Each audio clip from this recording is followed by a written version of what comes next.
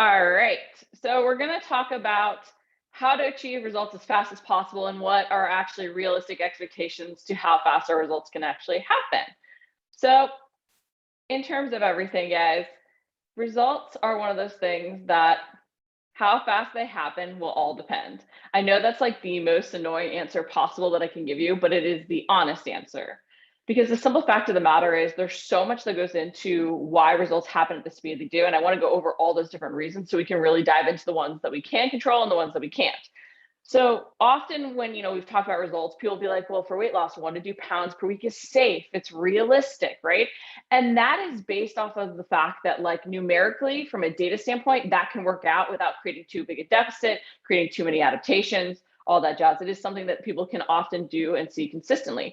Of course, if you think about just that statement alone, not everybody's body is the same. We have people that are 6 feet tall and 200 pounds, and you have a lot of muscle and maybe more testosterone. And we have other people over here who are 4'11", who are 120 pounds and don't have as much testosterone. So it's like one of these things that like you can't fully just make that statement if you think about it, because we have people of all different shapes and sizes with different hormone levels and everything else like that. So just that statement, it's very general to begin with. Okay, same thing goes for muscle gains. And this range is actually bigger, 0.5 to 2 pounds per month of gaining muscle. But what this doesn't take into account is training level and all those different things. And again, different sizes, okay? So these are like usually the ranges you'll get. So even if you want to use this as a guide to help you set some goals, that's great. But then we have to remember that progress is never linear. So you could actually end up hitting that 1 pound per week of weight loss, right? But if you think about it, over the month, that's 4 pounds, okay, potentially. And it's one of these things that could happen as 0 pounds, 0 pounds, 2 pounds, 2 pounds, right? It's not necessarily going to happen 1 pound per week. And it might even happen 1 pound, then we gain 2 pounds, then we lose 3 pounds, right? That's the way it works. And so we have to track that progress over time, over getting the expectation that it's going to happen just this exact way every single week, or that we deserve a certain result just because we're doing everything right. As much as we do deserve great results when we're doing all the right things, that still doesn't mean it's going to happen in that linear fashion. It's never going to happen that way, okay? And the simple fact of the matter is you can't fully control the rate at which results happen. And there's so many reasons why we might actually even be seeing that rate of results, but not see it based on how we're taking data. So what I want to get you to do after all of this, basically the whole gist of this presentation, is to control what you can control, to focus on controlling those daily habits that you do consistently. So there's this thing called lead versus lag measures. So lead measures are measuring the critical activities you're actually doing to get to the lag measure. So when you step on that scale, that is the lag measure. As much as at that point we might want a different result, you can't do anything about it at that point, okay? What you could have done though is a lot of different daily habits of those lead measures that would create a different lag measure, okay? So what I wanna get you to do is focus on controlling what you can control, and also understanding what impacts the speed of your results. So I get asked a ton, like, how long did it take you to go from this picture to this picture, or this result to that result? And while I could say, oh, well, it's 6 weeks between these two things, or it's, 2 years between these two things, the simple fact of the matter is it really takes your entire life to get a result. Because how fast I actually achieve something, A, it's going to be based on the foundation I built, but B, it's even based on the fact that sometimes I've done it before. If I gain a little holiday weight, I know how to take it off. I've experienced with macros now, right? But versus the first time I ever dove into macros versus the first time I ever tried to get leaner, it was a very different experience. So it's one of these things that even just our experiences, how long we've had the weight on, like all these things that I've listed out here, like what impacts the speed of your results, how long you have been at your goal. The longer you've had the weight on, the more your body thinks that that is where it is naturally supposed to be, that is normal, that is healthy, that is safe, okay? And so when you go into a calorie deficit, your body's like, whoa, all of a sudden we're not, safe, we're at risk for starving. Even though you're not at risk for starving, your body thinks, I'm going without food. This is not usually a good thing, right? So it starts to rebel against that. Plus, it just struggles to make a change because it wants to maintain what it sees as balance, okay? So how long you haven't been at your goal is going to impact how fast results happen. Your ultimate goal, right? The leaner you want to get, potentially the harder it's going to be at that last little stage. If you have a lot more weight to lose, it's going to take a lot longer, and there's going to be a lot more ups and downs as your body sort of fights the process. Your agent hormones are going to factor in. Okay, plain and simple. As those change, they change what we need, and it can change the rate at which results happen because our body is also fighting these other things. Your previous diet and history and training experience. This is why I say my entire life, okay? because even going into my first ever dabble in macros, I had experience with training hard. Okay. So I knew what I needed to do there. I felt comfortable being uncomfortable that way, and now with macros, if I ever want to lose, gain, do whatever, I feel comfortable manipulating them. So all this history really impacts like how we can approach things, and then it impacts your mindset, which I even mentioned down there. But it's also not only the experience that you have, right, but it's also the fact that if you've created metabolic adaptations, you could have trained your body to function off of 900 calories. So technically that's a deficit, right? But it's no longer a deficit because your body's like, well, this is where I have to, or what I have to use to maintain balance. So I'm used to this. So that previous dieting history is going to impact your metabolic rate. And also in terms of gaining muscle, I put the 0.5 to 2 pounds per month. But guys, if you've been training like over 4 years and you're a very experienced lifter, there is a chance that you are only going to see a 1 to 2 pound change in muscle mass over the year if you've truly had everything else dialed in the way you want. Sucky, but true, right? So this is one of those times where being more advanced won't get you the gains that newbie gains might. And that even goes for if you've taken a while off, that you're going to see when you first come back that you actually make progress a little bit faster than once you've gotten back in the groove. Okay. And that even goes into how long you've been at your goal. And I bring this up because I've seen these shows a ton, these different things where like the trainer will gain weight, with their client to have the same experience and whatever else. But it's easier for the trainer because the trainer just gained the weight. Okay, they haven't had it on for as long. And that goes back to how long you haven't been at your goal. That's going to impact the speed at which you get results. And how long you've even already been on this journey and in a deficit, right? That's why we might recommend that you do a dieting break. That's why we might put you on a, more balanced macro ratio if you've been really high protein or really low carb or really this or that for a while. Because the longer we've been on this journey, the more too our body isn't just going to give that forward progress, right? It's going to stall. It's going to hit a set point. It's going to hit a point it doesn't want to go beyond because it's never been beyond that, right? So it's one of these things that at those points we might need to take a break. By taking a dieting break, you might actually then see weight loss results happen when you bump your calories. And you might actually even feel your training's improve. You get that little mental break. But sometimes we also just don't have the mindset to push forward faster. But how long you've been on the journey and in a deficit is going to impact your rate of results, because the thing is you can't just keep cutting calories lower and lower, or you're going to train your body to adapt to function off those lower calories. So I will adapt along your journey as well. And we want to do as much as we can to prevent that muscle mass being lost, because that would create more metabolic adaptation. Then even like how close you are to your goal, especially if you're trying to get leaner, the closer you get to that goal, the more your body is going to fight you. Okay. Because especially if you've never done it before, especially if that's not anywhere near your set point, especially depending on if you're training for a bodybuilding or figure or fitness competition, it might fight you a little bit more. Okay. Because it hasn't done that, especially the more you are striving for something that is near essential and not just athletic lean, the more you're going to really struggle because you're pushing your body to a new level that it doesn't necessarily want to go to. And how much you're willing to sacrifice. So I put this in here not to be negative, but I think we want to manage our own expectations.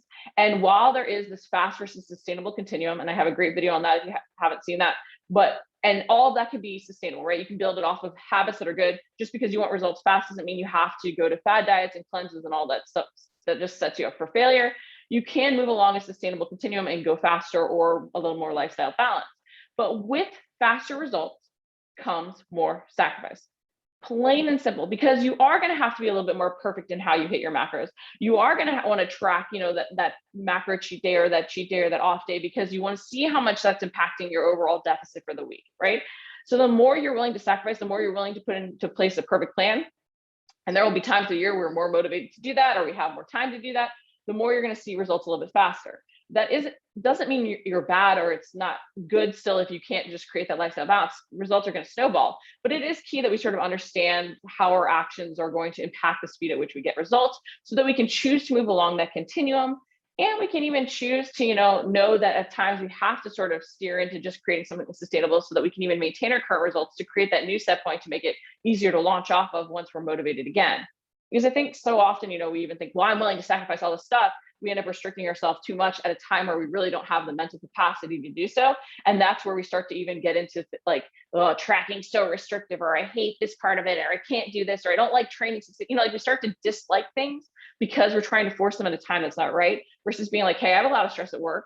I'm not sleeping that well. Let's do a little deload week. Let's do a little bit modified schedule. Let's go to protein minimums and calorie cap, because right now I know that will keep me moving forward and allow me to then launch again into more strict habits, make more sacrifices when I'm really motivated and ready. remember your mindset plays a lot of it into it too. And that even goes back to what you're willing to sacrifice, so to speak. Okay. Because we also have to think about our mindset, not only as like how much, am I an all or nothing person, but even like how much, does stress impact my sleep, these different things. Like how much do I, not want to be restricted because the slightest sign of restriction makes me rebel. Looking at your mindset to help you approach how you implement habits is really key, because that's going to impact the speed at which you get results. A lot of us say, I want results faster, right? We think that I want results faster. I mean, who doesn't want results faster? But when we actually assess who and what we are and what really makes the best lifestyle for us, we might actually realize, hey, I actually don't want to do, or the habits that lead to the fastest results possible aren't actually right for me. It's why I've always ended up in the situation where I'm looking for the next thing. So knowing my mindset, I need to prioritize different things, or I need to approach this in a different way. And that might mean not getting results as fast as if I were to, cut out more things, right? Cut out, the cocktail on Friday night. Maybe at some point you want to do that because you're like, hey, I've seen results happen. I feel confident in my abilities to now adjust my macros. So now I want to add back in cocktails for a little bit, or oh, okay, no, I'm going to this beach vacation. I want to look a little extra fabulous. I'm going to cut it out, right? Again, you can move along that fast versus sustainable continuum with sustainable habits, but you need to really assess your mindset. What has backfired in the past in terms of you getting lasting results, not just fast results? And, how do you feel best approaching things? And then what are your priorities, right? We all have different priorities. Okay. If your family and family meals are a priority, you might want to schedule those in first. And you might want to say, hey, this type of scheduling is realistic. I don't have time for 6 days a week at the gym. I have time for 3. And that's what's realistic. Okay. That won't necessarily impact the speed of your results in terms of 3. I know people always forget about the perfect workout schedule. You can make 3 days work really well. But sure, maybe if you were able to do a little bit more stretching to help with your mobility or this or that, right, we're going to get faster results in certain areas. So it's one of these things that we have to assess our priorities and not apologize for them. We can't also use them as excuses. I think a lot of times we say, well, that person had it easier because of X, Y, and Z. Okay, well, realistically, if you have the priorities you have and, work or this or that is really important to you, think of ways to work around. Assess this so that you can actually find the habits that will lead to the fastest results based on your situation. And that's the thing too that we don't often assess. It's not only about, how fast someone else got results, it's how fast can I help myself get results based on all these different things, based on all the different things you see on the slide that impact those results, and even your priorities and lifestyle, okay? So how can you get faster but sustainable results? I want you to embrace the learning now. I will tell you that this is the secret to the best and most lasting results. Macros stink first to learn. They are overwhelming. A lot of times, even doing all this stuff to learn macros, you have to do a lot of technology stuff, okay? It's one of these things that we just want to do a hard workout. We want to go in and sweat, right? We don't necessarily put a lot of thought into it. We want to grab whatever is available at the gym.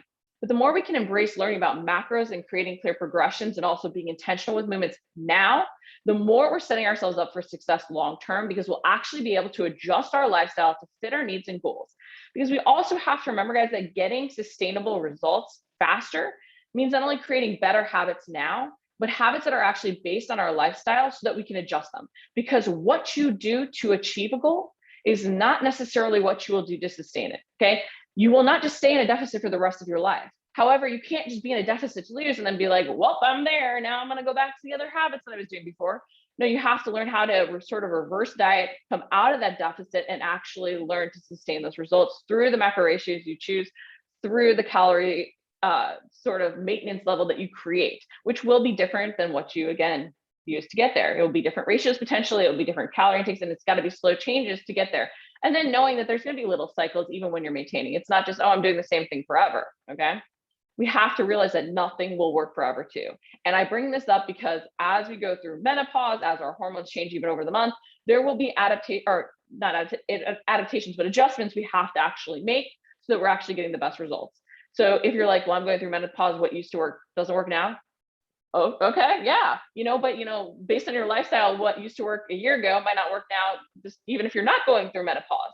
So we have to remember that nothing will work forever, but that's why it's so key we learn the fundamentals, because it gives us the power to change, okay? When you even find yourself like having that shiny object syndrome where you want to go after the next new thing, right?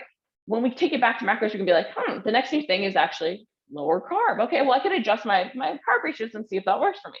When you have those fundamentals dialed in, you can understand anything new that comes out and why or why not it might work for you. Okay, so if I see like a new type of training method come out, I can be like, okay, so looking at the progression, this is why they do these things, this is why this might work, or this is why this might not work. And a lot of different things can work. So we can have some fun experimenting with the new stuff we see, but we want to make sure it's based on what's actually important to us. And so we need to learn what we actually need. Okay, so embrace the learning process now. While you have us here to support you, ask questions about why your macros are set the way they are. Think about how you feel on different ratios, not only the results that you've gotten. Set your expectations to learn from everything you're doing, from the different mobility work to the different movements. If there's a move like lunges that hurt your knees, video them and learn about your movement patterns, okay? Because we can help cue you, and not only cue you to get better form potentially, but to change how you're actually recruiting muscles. Because guys, you have to remember there's a difference between like form and movement pattern and recruitment patterns, the underlying muscles being used. And we have to be intentional and be able to recall what we actually feel working during movement if we want to get the most out of it. But embrace the learning now, okay? It will pay off in actual habits that will create those changes now, and not only changes now, but sustained changes, okay? Lasting changes and real changes, okay? When we do some of the other fad diet stuff, you might see really quick drops on the scale, but that is water weight being lost, it's glycogen storage depletion. It's even more muscle mass than if we actually embrace the learning process and dial in those macros. Because a lot of times what ends up happening is on those fad diets, on those cleanses, we cut our calories super low, which might lead to initially great results, but we're not controlling for maintaining as much muscle mass as possible, okay?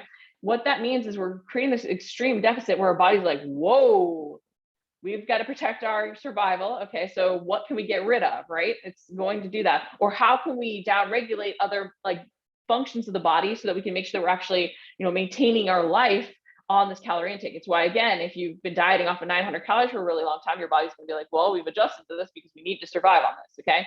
But that also puts you at more risk for muscle loss because muscle is metabolically costly. We want muscle because it keeps our metabolic rate higher, burns more calories at rest.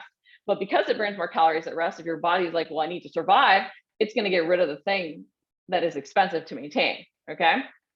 So just remember that as you're spending all this time in the gym trying to build muscle, trying to train hard, and then you're slashing your calories super low, you're creating even more of a deficit through your training on top of that calorie deficit, which is going to create more metabolic adaptations and make your results even slower. Even if it might lead to initially very fast results in the first week or first couple of weeks, it's going to backfire, okay?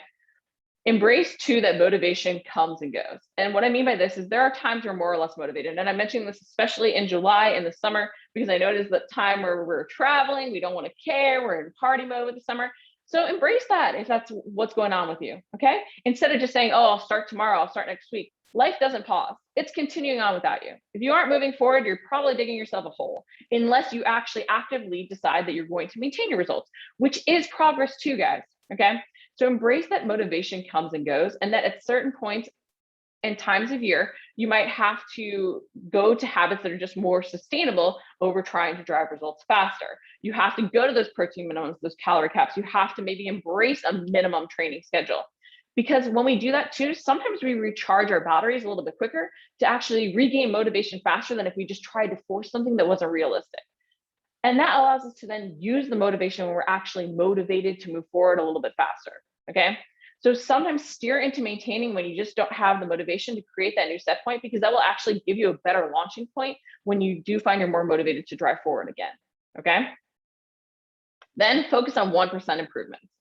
I know this isn't sexy. I know we want to do the all or nothing thing, but the simple fact of the matter is if we always focus on being a little bit better than we were the day before, handling a situation a little bit better than we handled it before, we're going to see better and better results, and they're actually going to snowball. So a lot of this, guys, is going to lead to slower initial results, but results that really snowball and then all of a sudden compound in a way that leads to the actual goal we want, versus a lot of times we drive so like fast forward at the very beginning that we end up losing a ton on the scale, but then not going anywhere after that, okay? So focus on those 1% improvements and track those trends over time. Because again, progress is never gonna be linear. It's going to look like this.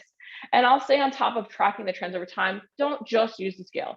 Even if your goal is weight loss, even if you're like wanting to lose 30 pounds, please use other methods, because the results on the scale specifically might be a lot slower than you want. Because if you have been in that extreme calorie deficit, if you've been under eating and eating 900 calories, you're going to want to actually put on some muscle so that it helps raise your metabolic rate, because by putting on that muscle, you're actually going to help yourself be able to eat more and lose, okay, as we increase your calories, because you got to retrain your body to eat more. But in that process, you are going to see some weight come on the scale, which isn't necessarily fat, it's muscle. But if you think about it, if you gain 2 pounds of muscle and you lose 1 pound of fat, you're going to gain 1 pound on the scale. So you're going to feel like your results are really slow, right? Because you're not losing that 1 to 2 pounds on the scale, even though you want to lose 30 pounds. But you're actually having massive body recomp happen right there. Okay, so you're going to look a whole heck of a lot leaner than even just losing 1 pound. So we want to track those trends over time, and we want to track them not only on the scale, but also in pictures and measurements. And take pictures and measurements of areas you don't care about, because probably the areas you care about are the stubborn areas that are going to be the last to change, okay? And then avoid shiny object syndrome and realize it's all the systems together that build results, okay? So I know it's really tempting to be like, well, I heard this really worked for my friend, or I heard this work, can I put this into my program? But you have to remember, when we're designing everything, when you're designing your macros, it's based on your workouts and your activity level and all the other things, and even your current lifestyle. When we're designing the workouts, it's based on a schedule realistic for you. It's based on your goals, your needs, all these different things. Everything is designed to work together. And if you add another piece in, it could help, which is why sometimes looking at something and being like, could this help? Does it fit in? Or am I just wanting to do more to try and exert more control because I want results faster and I'm impatient? But you have to assess the systems, okay? Because if you have this well-oiled machine going and you put another cog on it, the cog could do nothing and be a lot of wasted energy even getting the cog and putting it on there, but it could also then mess up everything else, because it could be something that then ends up interrupting the systems as they work together, okay? So we have to realize that systems work together to build results, and that everything is planned together. It's not just one best move, it's not just one best macro ratio, it's how everything works together. It's even how ratios cycle together built. We have to remember too, that when we're doing all this, we want to make sure we've laid out a progression to actually track, because you can't know what is and isn't working if you're not tracking. With your progressions and your workouts, you want to track, are my numbers increasing? Are the reps feeling easier? Am I able to complete more reps in the time? Am I able to complete this with less exertion and actually do more advanced variations, be more intentional, slow down the tempo, right? You want to look for advancements in your workouts, because that will show you that you're actually progressing in strength, building muscle. Just like in your macros, you want to say, hey, do I see my body recomp changing in pictures? Do I see my measurements changing? Do I see the scale changing? Am I feeling more energized? Am I sleeping better, right? Assess all those different things so you can help yourself avoid seeking out something else. And now, to some extent, you're always going to want to look for the next best thing, because, we're human. We want to try and out diet and out control time, right? But you can't, okay? That's a simple fact. So if you are finding, hey, I'm having this desire to try and exert some control and do more, be like, okay, well, what could I tweak in my workouts to be a little bit more fun or new or different, right? To keep me interested. Okay, so this new diet's out there that is low carb. I haven't tried low carb. Okay, I'm going to actually try a low carb macro ratio and track my food and see how it goes, right? So you can sometimes bring in the desire to make adjustments into your clear progressions, your clear systems. You just want to be strategic with it. So if you are finding like, hey, I know this macro ratio could work a little bit longer, but I'm feeling the need for a change, it's not bad to adjust your macro ratios, but do it intentionally so that you can actually track what isn't working. Again, going back to the lead and lag measures that I talked about at the beginning, we want to make sure that we're not just stepping on the scale, that lag measure, and being like, I wish I had done something differently. We can't control anything at that point, okay? We can control the lead measures, those daily habits. So track those daily habits so you can actually see how they're building, because then you won't often be surprised by the results you've actually gotten. Or if you are surprised, you'll be like, okay, there's something off the system, because I was actually hitting these numbers consistently day to day, had the weekly averages mapped up, I saw my progress, my workouts, so something's off, right? We can at least then assess. And then stop trying to control what you can't control. You cannot control how fast you ultimately get results. All you can control is the fact that you're implementing those daily habits. We cannot exercise, we cannot diet time, okay? We can't go back and fix previous mistakes. And I say mistakes because all of our history prior to now is going to impact the rate at which we're getting results now, right? How long we've been up, because if we just gain the weight, we just gain the 10 pounds, it's going to be a lot easier to lose than if we've had the 10 pounds on, or it's slowly crept on over the years, right? Based on our previous dieting and history, how much have we trained our body to work off of under fueling, or have we been doing the right dieting practices? We just need some tweaks for them. Or, hey, this is not a mistake, it's something that's going to happen, but are we going through menopause and so things are changing? So what worked before is not necessarily going to work now.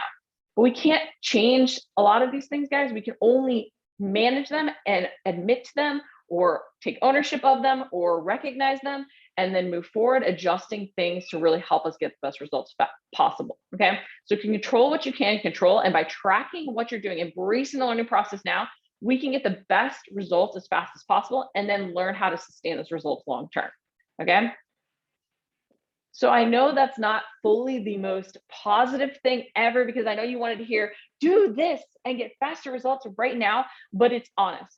If you focus on macros, if you dial in your workouts to match your needs and goals in the time you actually have, you're going to see the best results possible. Okay. And I think it's really key that we do recognize all the different things that are going to go into the speed at which we get results, because I think it's really easy to compare to somebody else, right? Someone who seems like they have the same amount of weight to lose, who's the same age and doing the same training and sort of seems like they have the same training experience. There's going to be so many nuances to it, right? They could have been out for the last year because of injury. And so coming back, they are going to experience some of the newbie gains, even though they're the more advanced lifter. Yes, they might fade more quickly in terms of this, like the getting the benefit of faster results, but they might see them. Right? Or maybe they didn't diet as strictly as we did, or maybe, you know, they are genetically having a higher metabolic rate, which is something I didn't add on there because like genetics are too often blamed for a lot of things. And a lot of things we've actually created now to look like our genetics, but their genetics are going to play a role, right? So it's one of these things that we want to recognize all the different things that might impact our rate at which we're getting results, and realize that we have to focus on just our own progress forward and the things we can actually control, which are those daily habits. Any questions, comments, or concerns off of that? I know that was a lot very quickly. Yes. If you have a question, raise your hand, unmute yourself. Yes.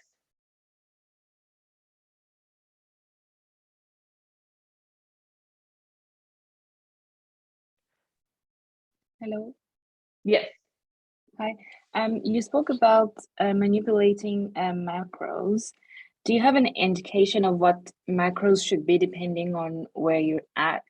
For example, if I right now I'm trying to lose fat and gain muscle, so I'm exercising more, so my carbs are higher than my protein and my fat.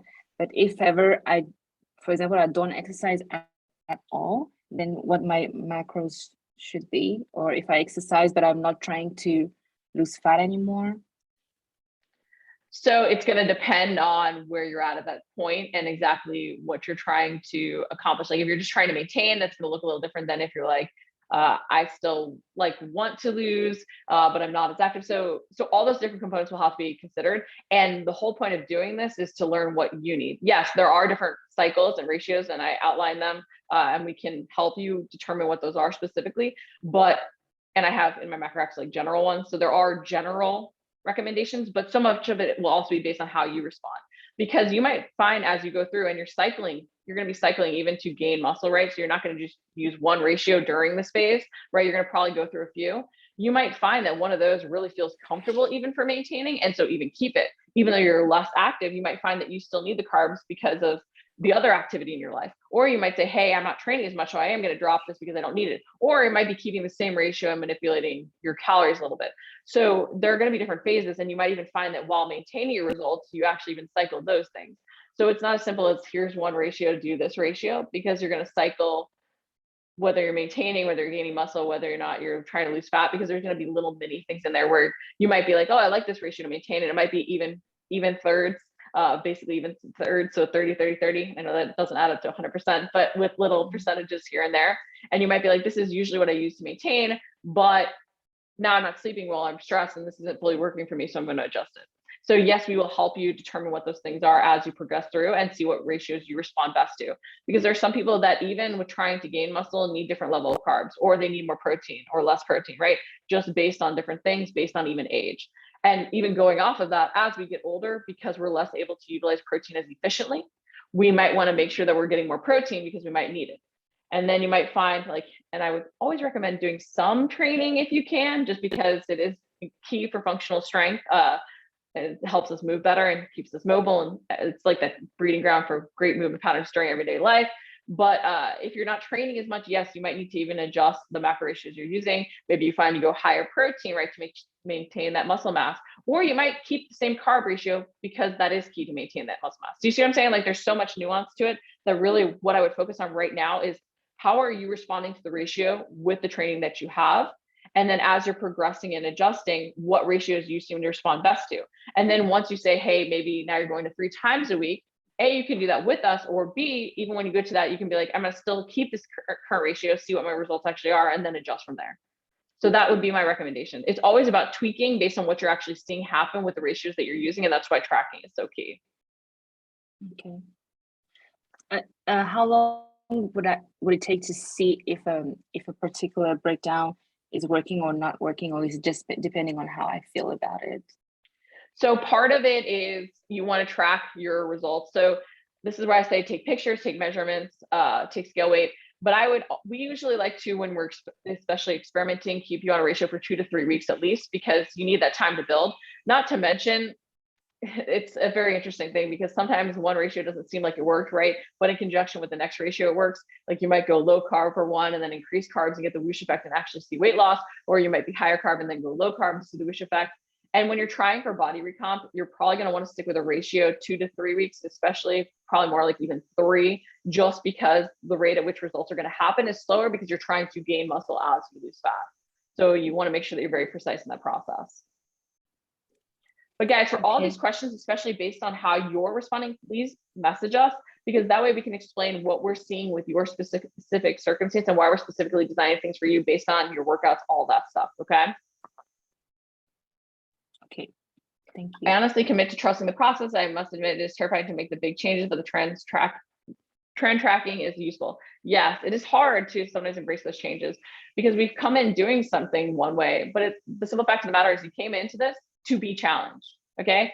So don't tell us how things are supposed to go. Embrace the fact that we're going to give you different recommendations and different tips and really push your comfort zone, because that's actually what's going to help you see results, okay?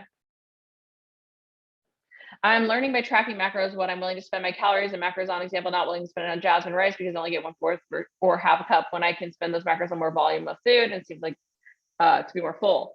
Yes, you will find that certain foods are more worth it. And this is why I like tracking macros, because I think there's so much nuance in the mindsets we're creating that we don't even realize, right?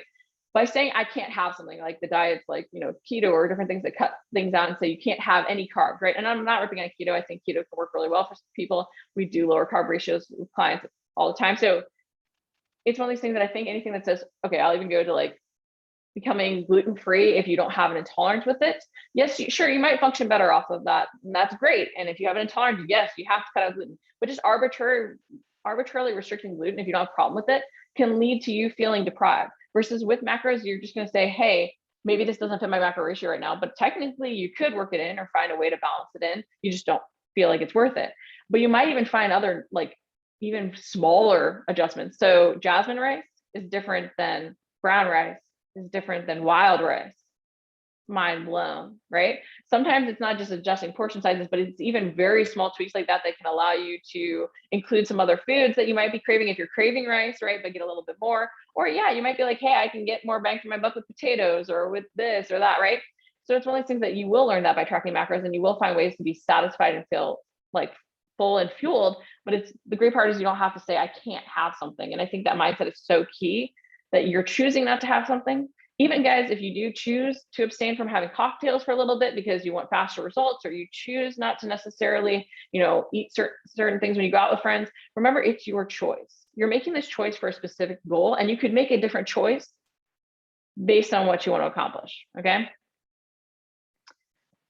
My regular asked me what actually I want to incorporate when we change it up. Depends on what RS episode I've listened to, and I jump all over the place. It was strength, heavy lifting. Then I heard the battle ropes calling after that. Now I'd like to do kettlebells. It's hard to track progress if I do many things.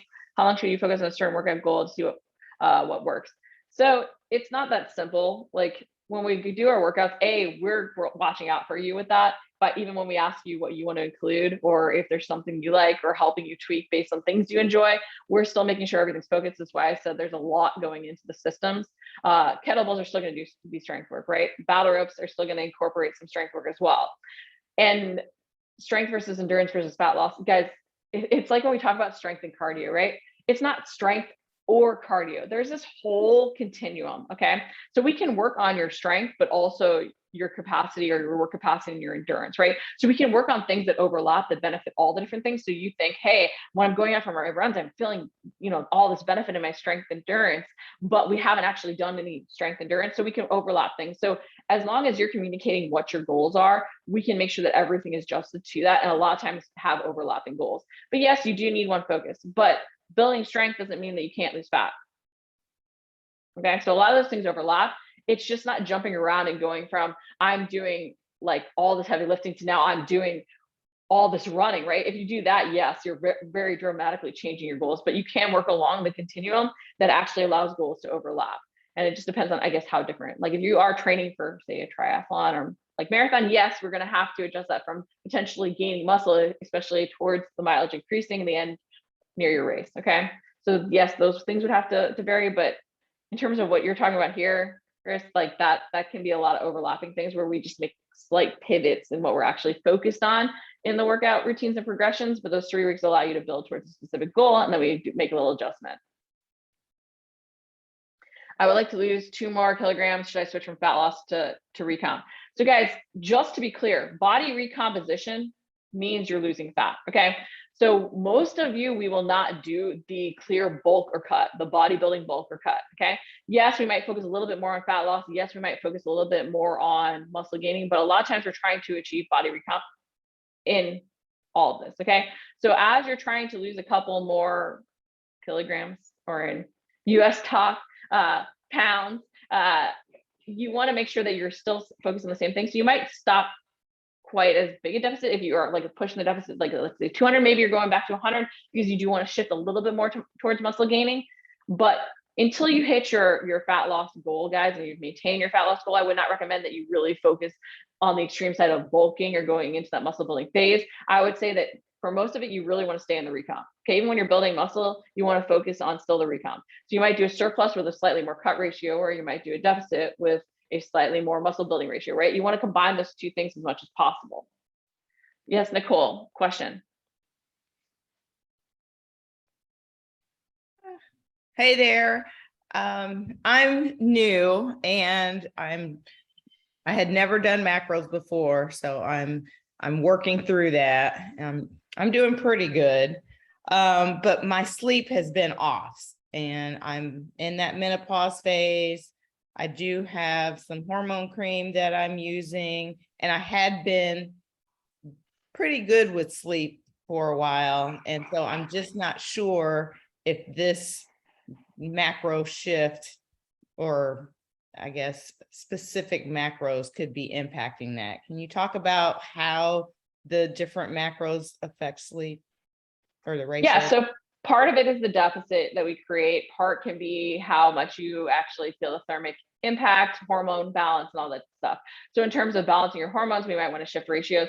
I will tell you what you are probably seeing is you are attributing a cause and effect relationship right there, where there probably isn't any just yet. Not that there can't be, but in this case, I think a lot of times we say, oh my gosh, this shifted at the same time this shifted, but it's not fully that simple. Not to mention when we do give our body a different energy source alone. So when we're adjusting macro ratios, there will be some that we respond to well, that we enjoy or don't enjoy, that yes, do help promote better sleep because of how they're helping our body function. So we do want to watch that. And if your sleep doesn't regulate during this one, if you're starting to feel it all crappy on the ratio, whatever, while hitting it very consistently day to day, we want to adjust, right?